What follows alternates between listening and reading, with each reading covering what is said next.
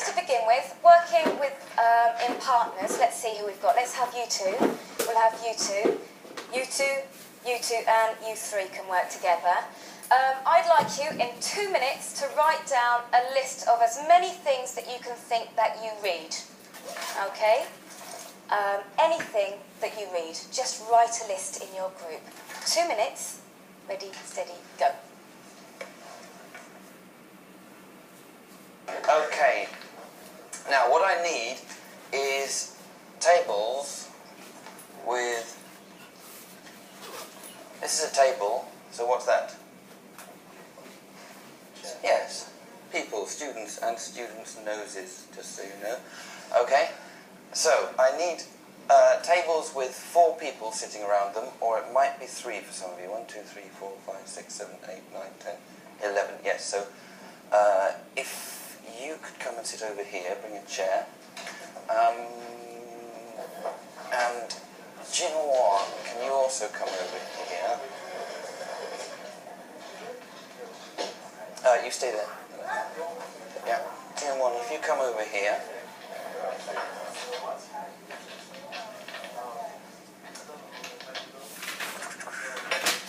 Okay, and can you two come around? Out.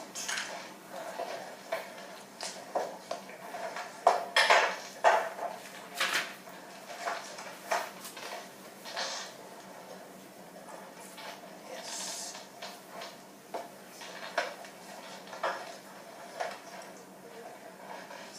Let's actually move over here.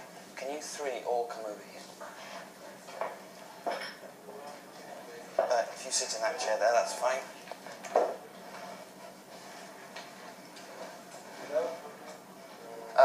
Yes, you can leave things, although can you take things that you don't need off the table? Can you take everything off the table?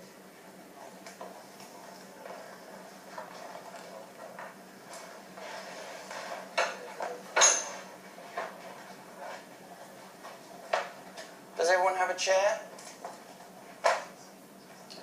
It's 2 3s and 1 4. Right. I don't know whether you agree with that. What do you think about that? I'm going to ask you to talk about that in groups of 3, 3 and 4. And I wonder if I can move you just a little bit so that we don't have people who are from the same country. So maybe Jessica, could you talk with Luca and Lourdes? So Luca and Lourdes, if you come over here, and Yusra, if you can talk with Simon and Juanma. No, that doesn't quite work. And then Inma, if you come over here, that's great. Yes, if you come over here to maybe change places with... So I go there? Yes, Lourdes, if you come over here with Luca.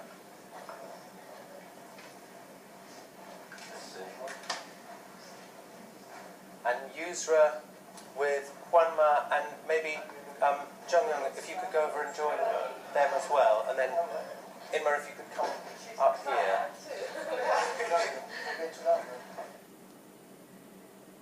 11, yes, so if you could come and sit over here, bring a chair. Like just then when I didn't quite get it right, because I think it's part of the... How often do you use different student groupings in a lesson? It depends on the students, it depends on the activity. In this case, I wanted to make new groups because of the activity, but often I might just do pair work, but I use pair work more than group work.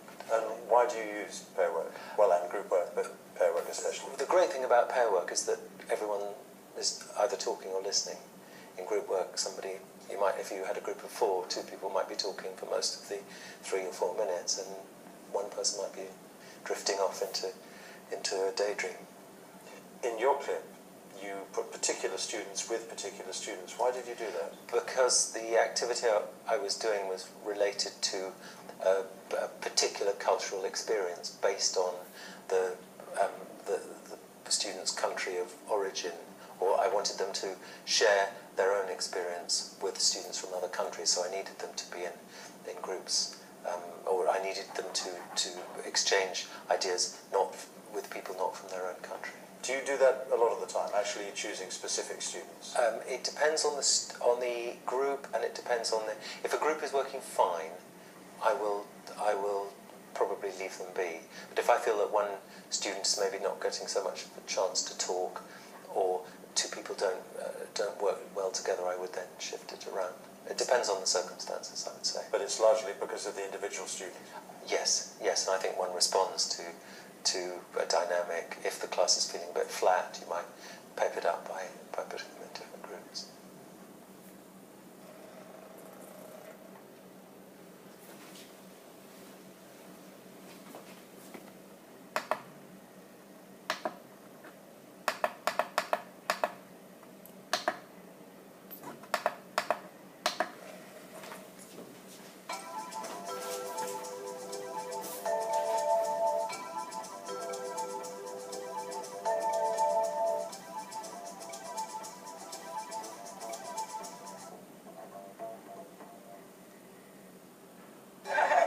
Okay, you've got 1 more minute, guys.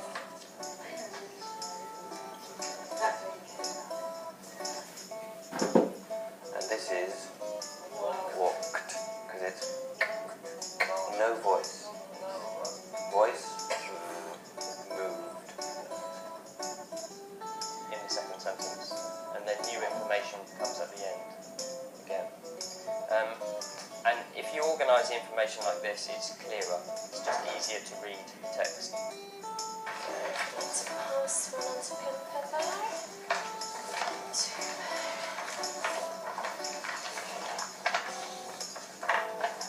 Okay. It's all ready to go. Fantastic. My name is Beth Titchener, I'm 15 years old and I'm a pupil at Sunday School. Okay. Carry on. See what you can do. 5 groups.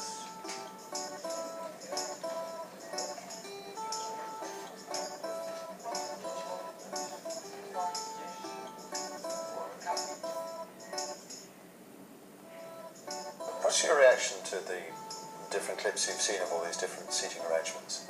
It was really interesting to see sort of the same classrooms being used in different ways by the different teachers, using the different seating arrangements and different activities. In your lesson, you had the students sitting at 2 separate tables. Is there any special reason you did that? I wanted to make them feel more comfortable and put them at their ease, and I thought if they were all seated around one large table, then sort of certain members of the group might have dominated the feedback sessions. And also, even though they're a proficiency group, there are sort of varying levels within the group, and a couple of them were new to the class that week. So really it was just to make them feel more comfortable. Do you use that kind of arrangement? Students divided, for example, into 2 groups around 2 separate tables. Do you use that arrangement quite often? It's an arrangement that I prefer because I think it's easier to monitor students and to help them reformulate their ideas or their writing in a more discreet way that's not in front of all of their peers.